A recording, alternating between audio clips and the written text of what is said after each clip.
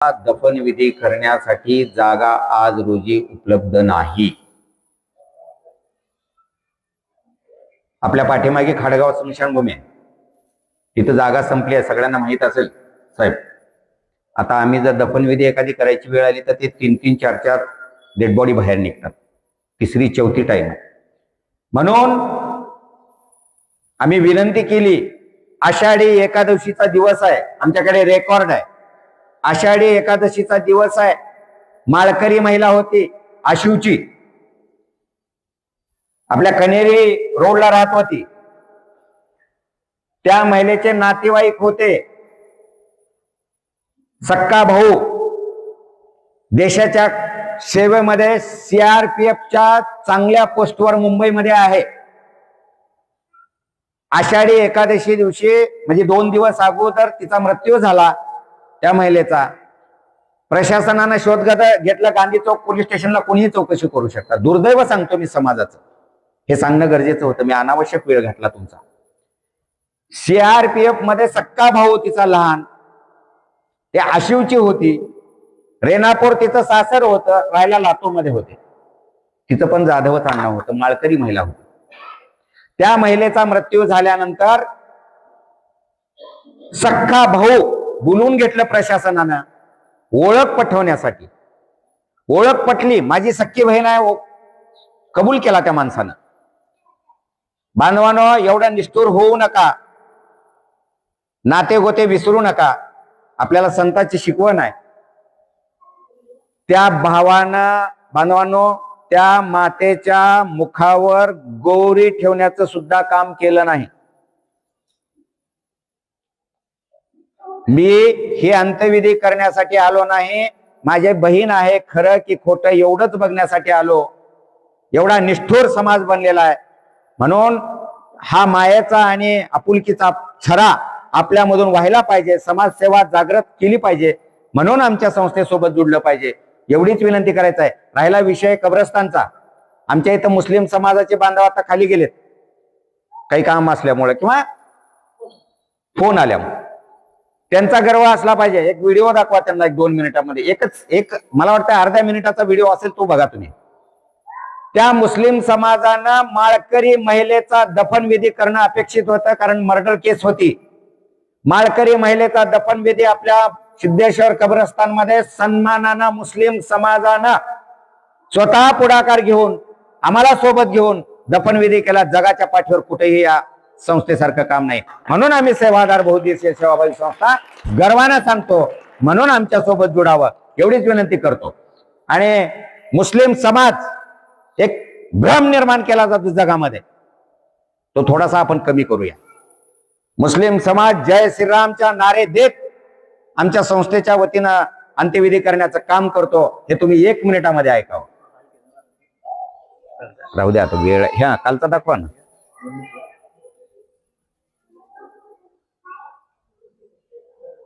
आणि विशेष म्हणजे त्या कब्रस्तानमध्ये जे अंत्यविधी झाला, त्या अंत्यविधीसाठी आम्ही त्याच व्यक्तीला बोलवलं होतं जो प्रशासनामध्ये क्लास 1 अधिकारी आहे, गटविकास अधिकारी तुकाराम भालके। ते दाखवा त्यांना, स्पीकर लावा। तो मुस्लिम समाजाचे व्यक्ती आहेत सगळे, आम्ही नव्हतो उपलब्ध त्या दिवशी। शीर्षकच आम्ही असं केलंय की सेवा आधारच्या मुस्लिम सदस्यांनी त्या व्यवहारात मृतदेहावर केला हिंदू धर्माच्या रीतिरिवाजाने अंत्यविधी। आम्ही त्या दिवशी कोणी उपलब्ध नव्हतो, सर्व आमचे मुस्लिम बांधव जे होते, मुस्लिम सदस्य होते, ते सगळे मुस्लिम सदस्य त्या ठिकाणी उपस्थित होते। आणि त्या जो व्यवहार होता तो हिंदू धर्मीय होता। आमच्या त्या मुस्लिम बांधवांनी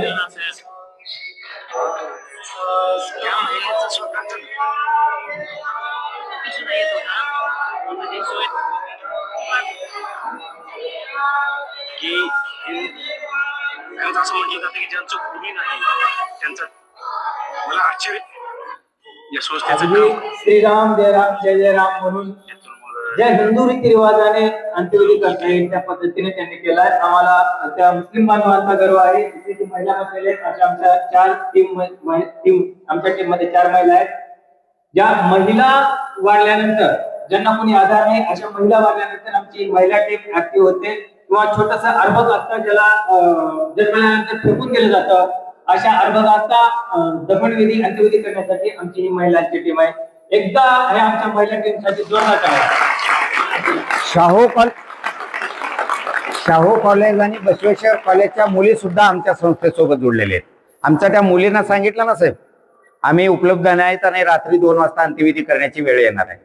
त्या मुले 2 वाजता जाऊन अंत्यविधी करतात. त्याचे पण तुम्हाला आमच्या संस्थेच्या चॅनलवर सगळे व्हिडिओ बघता येतील. ते आश्चर्य तुम्हाला वाटायला गरज नाही, परंतु एक कार्य समाजामध्ये समाजासाठी वाहून घेतलं कसं जातंय हे तुम्हाला बघायला मिळेल. हे सगळ्यात महत्वाचं कब्रस्तान मधला गटविकास अधिकारी पंचायत समिती लातूर यांनी उपस्थित होते ज्या अंत्यविधीसाठी. लातूर तालुक्यामध्ये या पदावर कार्यरत आहे. सेवा आधार सेवाभावी संस्था या संस्थेच्या कामकाजासाठी या संस्थेचं कामकाज हे मागच्या 1 वर्षामध्ये मी पाहिलेलं आहे प्रत्यक्ष. खर तर ही संस्था मागच्या 15 वर्षापासून बेवारस मृतदेहावर अंत्यसंस्कार करण्याचं काम करत आहे. परंतु मागच्या 1 वर्षामध्ये मी या संस्थेचे एक सन्माननीय सदस्य आदरणीय सुभाष जाधव सर, विशाल या व्यक्तींच्या संपर्कात आलो आणि ज्यावेळेस यांच्या कार्याची मी माहिती यांच्याकडून घेतली, या मागच्या 15 वर्षामध्ये जवळपास 1600 बेवारस मृतदेहांवर यांनी अंत्यसंस्कार केलेले आहेत. हे ज्यावेळेस मी ऐकलं त्यावेळेस मी खूप चकित होऊन गेलो. मला आश्चर्य या गोष्टीचं वाटलं की आज असा काळ आलेला आहे की आपल्या आई वडिलांवर जर आपण अंत्यसंस्कार केले तर आपण स्वतःला खूप पुण्यवान समजतो, भाग्यवान समजतो. तर काही कुटुंबामध्ये तर मी अंत्यसंस्कार केलेले आहेत म्हणून त्यांच्या पश्चात त्यांच्या प्रॉपर्टीवर हक्क सांगण्यासाठी सुद्धा आजचा समाज हा पुढे येताना आपल्याला दिसत आहे. आणि अशा परिस्थितीमध्ये ही सेवा आधार सेवाभावी संस्था बेवारस लोकांवर अंत्यसंस्कार करून समाजापुढे एक वेगळा आदर्श निर्माण करत आहे. खरंच असं म्हटलं जातं की ज्यांचं कुणी नाही त्यांचा देव आहे आणि या संस्थेच्या सदस्याच्या माध्यमातूनच खरं तर देव या लातूर शहरामध्ये वास्तव्य करत आहे असं मला वाटतं. आज आपण ज्या ठिकाणी या स्मशानभूमीमध्ये उभे आहोत, उदाहरण या ठिकाणी आपल्याला पाहायला मिळतं की हिंदू धर्मातील जे म्हणजे आज ज्या मयत झालेले आहेत त्यांच्यावर अंत्यसंस्कार हे मुस्लिम समाजाच्या स्मशानभूमीत होत आहेत. हे जगाच्या पाठीवर कुठंच घडलेलं नसेल अशा पद्धतीचं उदाहरण आपल्याला या ठिकाणी पाहायला मिळतं. श्री सेवा जो है मगर कोई अपने मतभेद के हे मी तुम्हाला काय ऐकवलं की आम्ही जे सांगतो एखाद्या वेळेस खरं असेलच असं नाही, कारण अनेक समाजसेवक आहेत, लाखो समाजसेवक आहेत. जे समाजसेवक म्हणायचं आणि समाजालाच लुटायचं असं काम करणारे बरेचसे लोक आहेत. परंतु या क्लास 1 अधिकाऱ्याची मी तुम्हाला मुलाखत का दाखवली की त्या कब्रस्तानमध्ये ज्या दिवशी दफनविधी करण्याची गरज पडली आपल्या हिंदू महिलेवर, त्या क्लास 1 अधिकाऱ्याचीच उपस्थिती त्या दिवशी होती, त्याची आणि त्याच्या बायकोची, आणि योगायोगानं त्याचा वाढदिवस त्या दिवशी होता. म्हणून ही मुलाखत तुम्हाला ऐकवली, तुमचा वेळ घेतला त्याबद्दल सर्वांची दिलगिरी व्यक्त करतो आणि परत एकदा सर्वांना जय गुरुदेव. 37 लोकांच्या दहनविधी झालेला आहे. त्यापैकी कोण 4 महिन्यानंतर येतं, कोण 2 महिन्यानंतर येतं, कोण 6 महिन्यानंतर येतं, कोण 2-2 वर्षानंतर येतं. जे नातेवाईक त्यांना पत्ता लागतो पोलीस स्टेशनच्या माध्यमातून की आपला नातेवाईक, आपला वडील, आपली बहीण, आपला भाऊ, कोणी जे कोणी असतील तो बेवारस म्हणून अंत्यविधी केल्याचं आपल्याला काही दिवसानंतर ऐकण्यात कळतं. संबंधित पोलीस स्टेशनला ते नातेवाईक फोन करतात आणि आमच्याकडे प्रत्येक मृतदेहाच्या अस्थीवर तारीख लिहिलेली असते आणि आमच्याकडे रेकॉर्ड असतं, पोलीस स्टेशनचं पत्र असतं की या तारखेला कुठलं पोलीस स्टेशनचं पत्र आलं, ते आमच्याकडे रेकॉर्ड मेंटेन केलं जातं.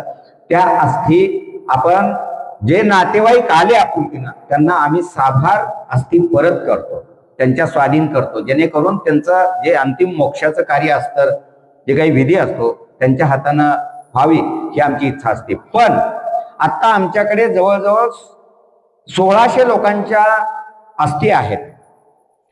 त्या अस्थी आम्ही जतन केलेल्या आहेत.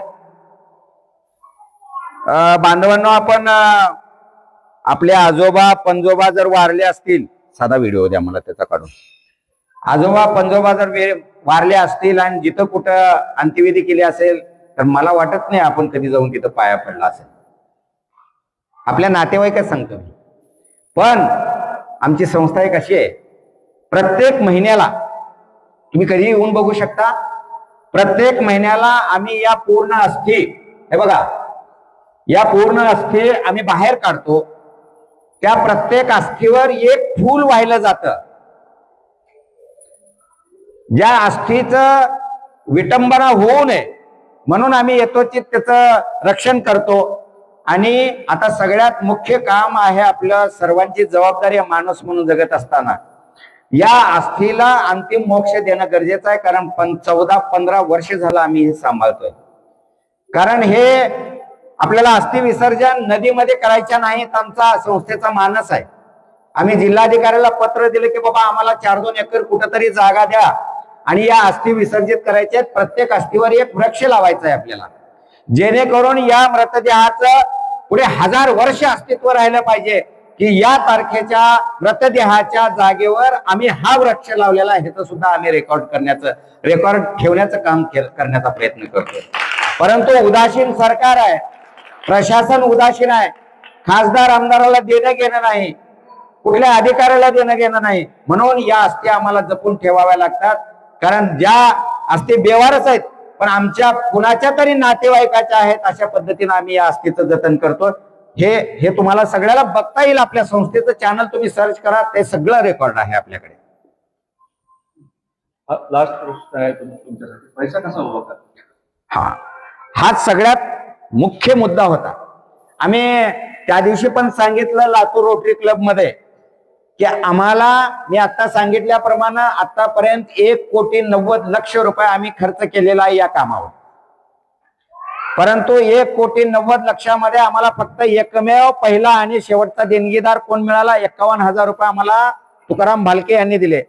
साहेब, आम्ही प्रत्येक वेळेस, आता गेल्या महिन्यामध्ये, गेल्या 15 2 अंत्यविधी केल्या. आम्ही तुम्हाला सांगितलं आमच्या संस्थेकडे 20 लोक आहेत, 20 सदस्य आहेत. आम्ही 20 सदस्य आहेत. आमची प्रत्येकाची जबाबदारी आहे. आम्ही काही रोजगार करो, काही करो, व्यवसाय करो, आम्हाला त्याच्याशी काही संबंध नाही. पण जर बेवारस मृतदेह आमच्याकडे पत्र आलं तर आम्ही कसल्याही प्रकारचा विचार न करता आमच्या संसारामधून, आमच्या कमाईमधून 500 रुपयाचं कॉन्ट्रीब्युशन करतो प्रत्येक वेळेस. प्रत्येक मृतदेहाला 20 लोकांपैकी 500 रुपयाचं कॉन्ट्रीब्युशन असतं. काही लोक काही वेळा देतात, अडचणीत संसार आहेत आमचे सुद्धा. माझ्या माय माऊलींनो, मी सांगतो तुम्हाला, वाईट वाटून घेऊ नका. आज माझ्या अंगावर जरी कपडे चांगले असले, या भगिनीच्या अंगावर जरी कपडे चांगले असले, तर आमचे काही सदस्य आहेत, स्वतःच्या बायकोच्या अंगावरलं सोनं सुद्धा विकून आम्ही अंत्यविधी केले. आमच्याकडे सदस्य असे आहेत, 50 वर्ष वय झालं. आमचा आला का ते पोद्दार, त्या माणसाला मुलगी दिली नाही हो समाजानं. का? काम काय करतो? स्मशानभूमीमध्ये मुडदे जाळतो. मग यानं काय करणार आहे आमचं? अशी अवस्था आमची झालेली आहे. परिस्थिती नाजूक आहे. आता आमच्या संस्थेवर 4-4.25 लाख रुपयाचं देणं आहे. त्या देण्यापैकी आम्ही हरामचा असेल, आम्ही त्या संस्थेला जर कोण पैसे दिला असेल तर 51,000 रुपयाची प्रामाणिकपणाने आम्ही कबूल करतोय. आम्हाला देणगी मिळालेली आहे. आजपर्यंत साहेब आम्हाला कुणीही कसल्याही प्रकारची मदत केली नाही. सगळा खर्च आमचा रोजीरोटी रोजगार करून आम्ही करतो. आम्ही कुणाच्या हाताकडे बघितलं नाही. समाज एवढा निर्डावलेला आहे, एवढा निष्ठुर आहे. आम्ही आजमावत आलोय, परंतु आम्हाला विश्वास आहे, या पवित्र ठिकाणावर उभारून सांगतो, कधी ना कधी देव कुठे आहे? तर देव या लाख रुपये पगार जरी दिले तरी कोणी काम करणार नाही. आमच्या खिशातून पैसे घालून हे काम करतात आमचे सदस्य. यामध्ये आम्ही देव बघतो. एवढंच आमची इच्छा आहे. आम्ही कसल्याही प्रकारचा साहेब आजपर्यंत कुणाकडून रुपया मागितलेला नाही. पण आमची पण परिस्थिती एवढी नाजूक झाली आमच्या कार्यकर्त्यांची. अक्षरशः त्या विजय पोद्दारला जर तुम्ही बघितलं असतं तर तुमच्या प्रत्येकाच्या डोळ्यामध्ये धार लागली असती. 5 वर्ष झालं आम्हाला कपडे घेऊन त्या माणसाला. 5 वर्ष झालं साहेब त्या माणसाला आम्हाला कपडे घेऊन. कपडे बदलता आले नाहीत आम्हाला. तो माणूस, त्याचे आई आहे, म्हातारी, मला वाटतं आई आहे का, हा, आई वारली, वडील आहेत, म्हातारे आहेत, बहीण आहे, बहिणीला पण तिचा नवरा वारला, ते बहीण सांभाळते, ते पण वेडी आहे, वेडसर आहे. तो माणूस वडिलाची सेवा करतो, बहिणीची सेवा करतो, आपल्या शरीराकडे नाही बघत.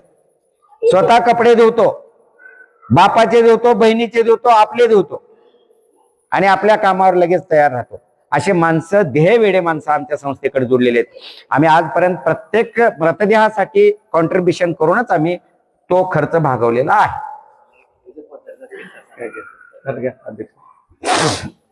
आमच्या सचिव विजय पोतदार त्यांचं नाव निघालं म्हणून त्यांच्याविषयी किस्सा सांगायचा. ज्या दिवशी विजय पोतदारची आई वारली त्या दिवशी पूर्ण आम्ही टीम त्या ठिकाणी उपस्थित होतो, म्हणजे आम्ही सगळेजण गेलो होतो. आणि संस्थेकडं त्या दिवशी 5,500 रुपये होते, म्हणजे आम्ही जे खर्च करून पण वाचलेले 5,500 रुपये होते. विजय पोतदारकडं 1 रुपया नव्हता त्यांच्या फॅमिलीकडे.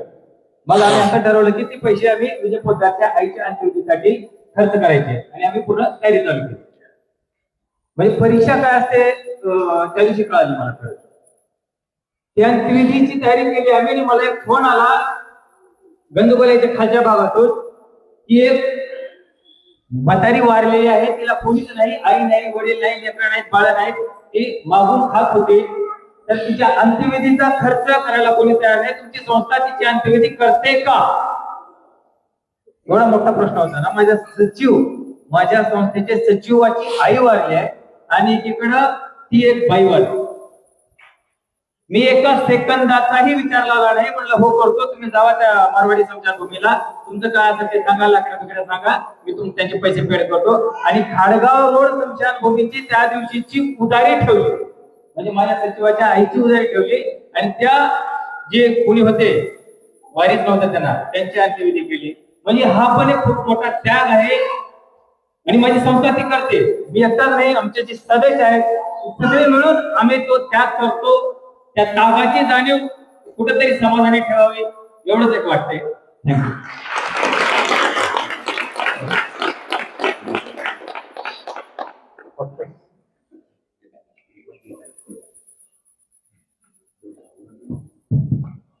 सदस्यांनी नाव आणि आपण काय करतात. परिचय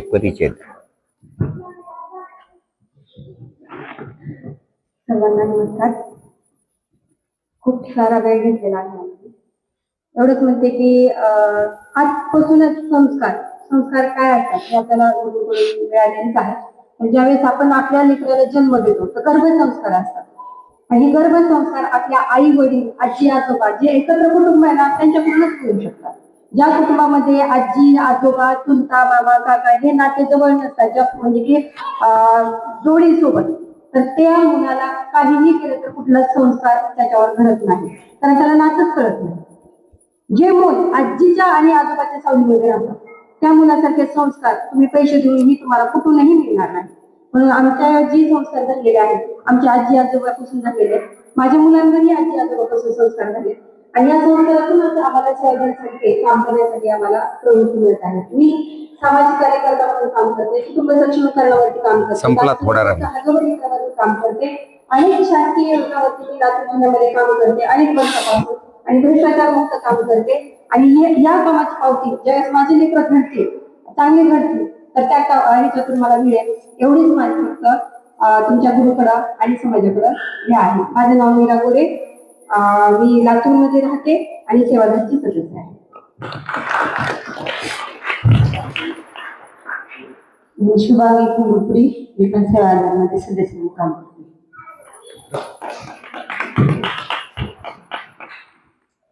मी एक सेवादल सदस्य आहे आणि माझं नाव योगेश गोरे आहे. मी फॅब्रिकेशनचं काम करतो.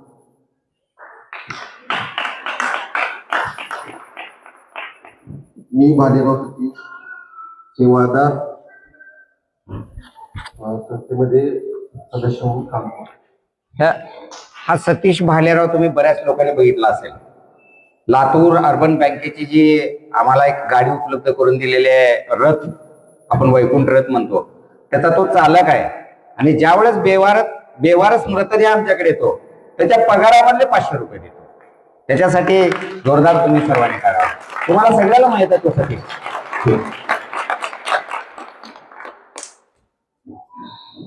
संवेदना जागृत झालेली म्हणजे आपण काय करतो आणि हे लोक काय करतात